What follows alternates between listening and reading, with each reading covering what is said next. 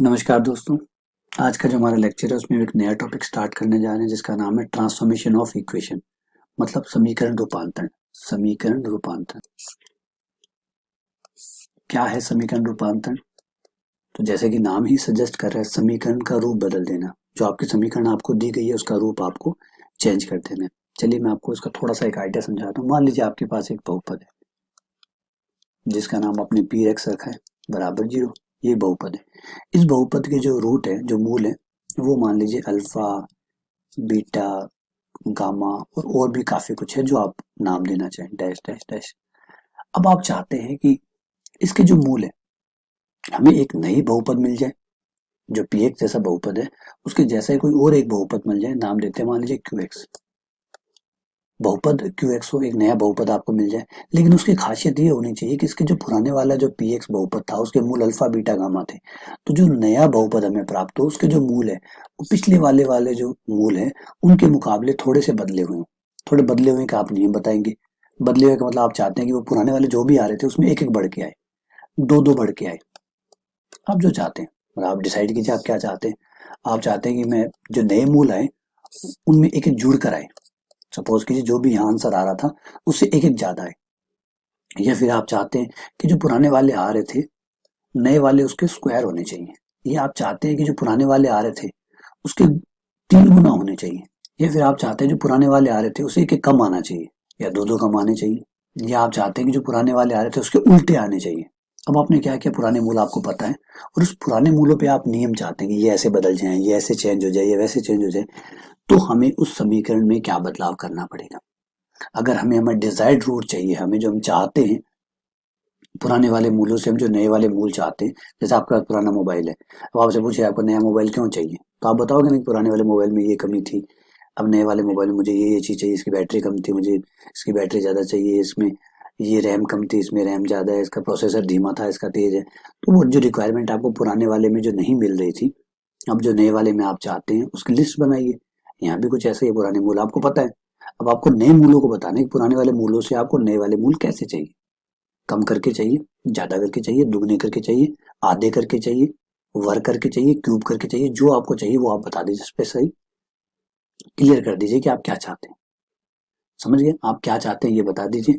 फिर मैं आपको वो जो समीकरण है वो समीकरण मैं आपको दे दूंगा जिसका नाम है समीकरण रूपांतरण। समीकरण रूपांतरण एक मेथड है जो आपको चाहे गए अनुसार आपको अपने मूल प्राप्त करने में मदद करता है।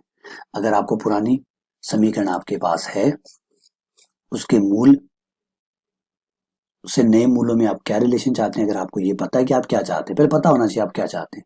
बस आपको ये पता है और आपके पास समीकरण है, तो मैं आपको वो समीकरण लौटा दूंगा जिसके मूल एग्जैक्टली वैसे ही होंगे जैसे आपने चाहे हैं, जैसे आप मांग रहे हैं। आपको वैसे के वैसे मूल मैं आपको लौटा दूंगा। रिपीट कर रहा हूँ, मैं आपको वैसे के वैसे ही मूल लौटा दूंगा जो आप चाहते हैं। चलिए मैं आपको एग्जाम्पल से समझाता हूँ इस बात को। मान लीजिए ये आपका एक बहुपद है, छोटा सा बहुपद लेते हैं 2 घात का, एक्स स्क्वायर 4x + 3 = 0। सही है? इसके ऑब्वियसली बात है, इसके रूट निकालेंगे आप तो एक आएगा और एक -3 आएगा। x बराबर -1 और x बराबर -3, ये इसके 2 रूट आएंगे। सही है? अब आप एक बार भूल जाइए इसके रूट क्या आएंगे, क्योंकि हमारे पास रूट नहीं निकालेंगे, हम तो सीधी सीधी ऊपर ऊपर की बात करेंगे। मान लीजिए इसका रूट x है, तो क्या है, तो x की मान है ना, -1 आए चाहे -3 आए तो x के मान है, ये x के मान आ गए। अब आप बताइए कि जो नया रूट है, इस x से जो नया रूट है उसका नाम रख देते हैं y। ये तो पुराने वाले मूल है, जो पुराने वाले समीकरण है उसका मूल है, तो आप कह सकते हैं पुराना मूल। ये हमारा ओल्ड रूट हो गया, ये हमारा न्यू रूट हो गया, नया मूल हो गया। अब ये बताइए कि आपको नए वाले और पुराने वाले में क्या रिलेशन चाहिए, नए वाला कैसा चाहिए, y क्या चाहिए, पुराने वाले में क्या बदलाव करना चाहते हैं। आप कहोगे सर में उसमें एक जुड़ के आए, ठीक है, आपको y चाहिए x+1, x पुराने वाला मूल, उसमें एक जुड़ के आना चाहिए, तो y क्या चाहिए आपको, x+1। आप कहोगे सर नहीं, हम तो एक कम करके आए, 2 कम करके आए, ठीक है, x-2 चाहते हैं। आप कहते हैं नहीं मुझे तो सर 4 से गुणा करके चाहिए, ठीक है, 4x कर देते हैं। आप कहते नहीं मुझे तो स्क्वायर चाहिए, x² कर देते हैं। आप कहो नहीं सर मुझे 4 से गुणा करना है और 2 कम करना है, ठीक है भाई, 4 से गुणा करके 2 कम कर देते हैं। तो आपको जो चाहिए आप यहाँ पे मैथमेटिक्सली वो समीकरण लिख लीजिए। क्या चाहते हैं आप, मूल के साथ दुगना तिगना चुगना आधा अधूरा क्या करना चाहते हैं वो बता दीजिए। क्या जोड़ना चाहते हैं घटाना चाहते हैं वो बता दीजिए। वर्क करना चाहते हैं नहीं चाहते वो बता दीजिए। जो आप चाहते हो बराबर में मुझे बता दीजिए। ठीक है, चलिए मैं एक छोटा सा एग्जांपल लेके चलता हूँ। मैंने कहा कि मुझे ये चाहिए कि जो अ, पुराने वाला मूल है उसका दुगना हो जाए और एक जुड़ जाए या एक घट जाए। दुगना हो जाए, एक्स दुगना हो जाए और उसमें से एक कम हो जाए। तो मैंने क्या मांगा, y बराबर 2x माइनस 1। सही है, आपने रिलेशन बता दिया कि पुराने वाले मूल और नए वाले मूल में आपको क्या चाहिए। फिर मेरा काम होगा जो आपने रिलेशन बताया उससे मैं x का मान निकालूंगा। y प्लस 1 एक इधर आ जाएगा बटे 2 आ जाएगा, ये आपका x आ गया। इस x को ले जाकर आपको इस समीकरण में रख देना है। x की जगह y प्लस 1 बटे 2 का स्क्वायर प्लस 4 y प्लस 1 बटे 2 प्लस 3 प्लस 0 रख दिया मैंने मान। ठीक है, चलिए थोड़ा सॉल्व कर लेते हैं। ऊपर हो गया Y square plus 1 plus 2y बटे हो गया 4 प्लस 4 से 2 कैंसिल, ये 2 आ गया तो ये हो गया 2y प्लस 2 प्लस 3। ये लीजिए 4 से गुणा कर देते हैं सारी समीकरण को ताकि जो बटे वाला 4 है ये हट जाए। पूरे समीकरण को 4 से गुणा करने पर 4 दूनी 8 4 3 12, ये हो गया आपका वाई स्क्वायर। ये हो गया आपका 8 और 10, 8 और 2 10 वाई, ये हो गया 12 और 1 21। ठीक है, अब आप इसको सॉल्व करते हैं तो 3 और 7 दो टुकड़े बनते हैं तो एक मूल आता है आपका -3 और एक मूल आता है आपका -7। सही है, -3 और -7। अब देखिए क्या ये मूल वैसे ही आ रहे हैं जैसे आपने मांगे थे या कुछ गड़बड़ आ रही है। तो आपने क्या कहा था, आपने कहा था कि दुगना करके एक कम करना है, दुगना करके एक कम करना है। तो चलिए आइए ये रहा, इसको दुगना करके एक कम करते हैं। तो x का मान -1 रखने पर -1 रखने पर -2 -1 -3 -3 देखिए -3 इंटू 2 -6 -1 -7। तो आपने मांगे थे -3 और -7। तो बताइए -3 -7 आएगी है तो समीकरण उसके अकॉर्डिंग बदल गई नहीं बदल गई जैसा आपने मांगा था।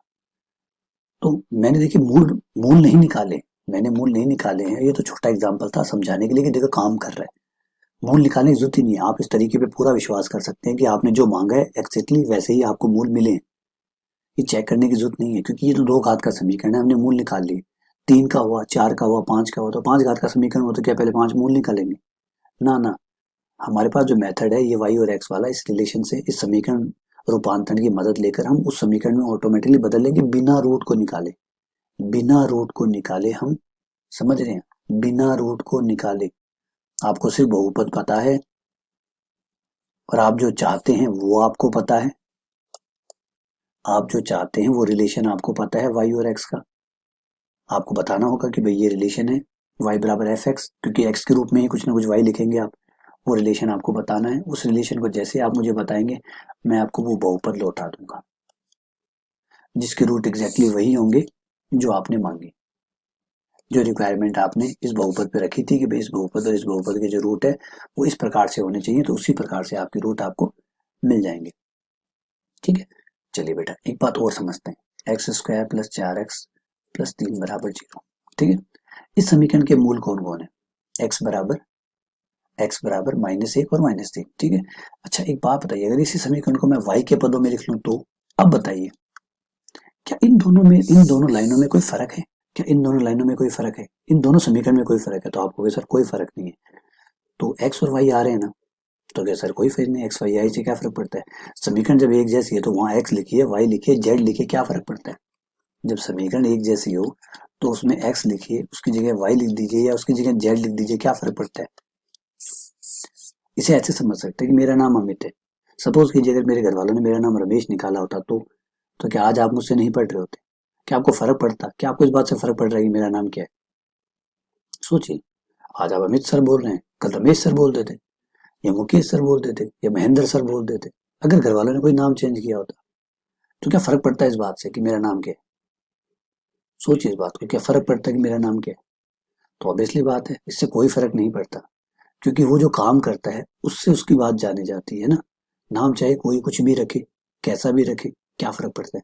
तो यहाँ भी कुछ ऐसा ही है कि जब समीकरण ही सेम है तो फिर चाहे उसे x के पदों में लिखिए या y के पदों में लिखिए या फिर जेड 4z+3 रखिए। दो नरेंद्र भी बराबर नहीं होते, ये भी आप अच्छे तरीके से जानते हैं, है ना। आपके मोहल्ले में हो सकता है दो नरेंद्र हो, क्या दो नरेंद्र सेम है?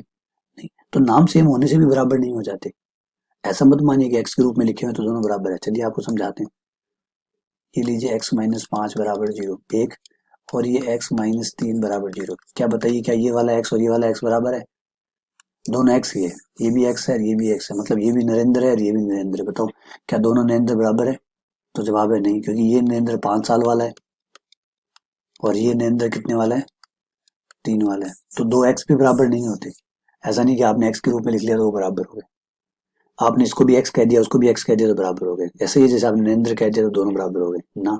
सिर्फ नरेंद्र कहने से दोनों बराबर नहीं हो जाएंगे।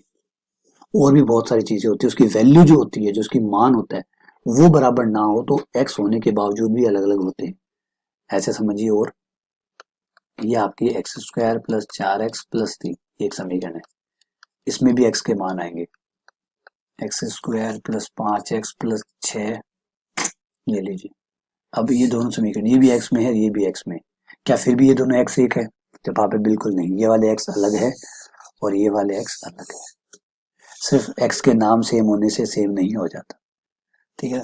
तो यहाँ पर एक चीज और समझेंगे हम बाद में, कि मैंने समीकरण को y के रूप में लिखा, क्यों y के रूप में लिख रहा हूँ? मैं अगर वापस उसे x के रूप में लिख लूँ तो क्या दिक्कत है? इसे x² + 10x + 21 लिखने से क्या दिक्कत है? अब आपको इसे x के रूप में लिख लिया, ऊपर वाली भी तो x में थी, बिल्कुल ऊपर वाली भी x में थी, लेकिन ये वाला x अलग है क्योंकि ये x -1 और -3 है। ये वाला जो x है वो -3 और -7 है, अलग अलग है नहीं। तो x का नाम x रखने से सेम नहीं हो जाता। तो बहुपद जो होते हैं अधिकतर आप x के पदों में लिखते हैं, तो कोई जरूरत नहीं है लास्ट में आप y में बदल लीजिए। एक बार आपको x और y जो है वो दोनों को अलग अलग बनाए रखने के लिए जरूरी है, लेकिन लास्ट में आप चाहे तो समीकरण को वापस x के पदों में लिख सकते हैं। ये नहीं है कि y में बदल गया, अगर मैं इसे x में लिखूंगा तो वो वाला x और ये वाला x एक जैसा हो जाएगा, ना ना, बिल्कुल। आप फलन लिखते हैं, कितने सारे फलन लिखते हैं, f(x), ये भी x का फलन है, g(x), ये भी x का फलन है। अब ये भी x के पदों में, ये भी x के पदों में, क्या दोनों बराबर हो गए? समझ रहे बात हो? इसलिए मैं बार बार समझा रहा हूँ कि नरेंद्र जो नाम है वो भारत में लाखों लोगों का होगा, समझ रहे? लाखों लोगों का नाम नरेंद्र होगा, उसमें से सैकड़ों लोगों का नाम नरेंद्र मोदी भी होगा। क्या सारे के सारे देश के प्रधानमंत्री हो गए? समझ रहे बातों को? तो नहीं हुए। और भी बहुत सारी चीजें होती है। नरेंद्र मोदी को प्रधानमंत्री नरेंद्र मोदी बनने के लिए और भी बहुत सारी चीजें जो उसके इक्वल होनी चाहिए, यही बात समझिए। तो सिर्फ x सेम होने से x सेम नहीं हो जाता, वो जो समीकरण है वो भी जब तक सेम ना हो तब तक दोनों x सेम नहीं होते, ठीक है। और अगर दोनों समीकरण सेम है तो x और y भी बराबर हो जाते हैं। अगर समीकरण सेम हो, समीकरण सेम ना हो तो दो x भी अलग अलग होते हैं, अभी समझाया था मैंने। अगर समीकरण अलग अलग हो तो दोनों x अलग अलग है, ये वाला x अलग है, ये वाला x अलग है। लेकिन अगर समीकरण सेम हो तब तो x और y भी बराबर हो जाते हैं। ये देखिए, अब x बराबर है y। तो ये समझिए, हमारे गणित में वैल्यू इंपॉर्टेंट होती है, महत्व होता है मान का। अगर मान बराबर है तो दोनों बराबर है, मान बराबर नहीं है तो चाहे x रख लो चाहे कोई और नाम रख लो, सेम नाम रख लोगे तब भी बराबर नहीं होंगे। चलिए, उम्मीद करता हूँ आपको समझ में आ गया। अब कोई डाउट हो इसके बारे में तो मुझे बताइएगा। और मेन समीकरण रूपांतरण जो होता है वो होता है कि आप जो चाहते हैं, आप जैसे मूल चाहते हैं उसके अकॉर्डिंग आपके मूलों को बदल दिया जाता है, आपको एक नई समीकरण लौटा दी जाती है। वो समीकरण एग्जैक्टली वैसी होती है जैसे आप चाहते थे। आप चाहते थे कि मूलों के साथ ऐसा हो तो वैसा ही होगा। वो जो नई समीकरण है वो आपके पुराने वाले मूलों के साथ एग्जैक्टली वैसा ही करेगी जैसा आप चाहते थे।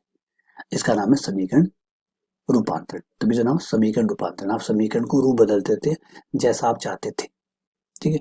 चलिए, अगली समय एक्सरसाइज जब स्टार्ट करेंगे तो क्वेश्चन करेंगे तो आपको सारी बातें, जितनी भी बात मैंने समझाई है थ्योरेटिकली, सारी बातें समझ में आ जाएगी। तो प्लीज अगला लेक्चर देखिएगा। धन्यवाद।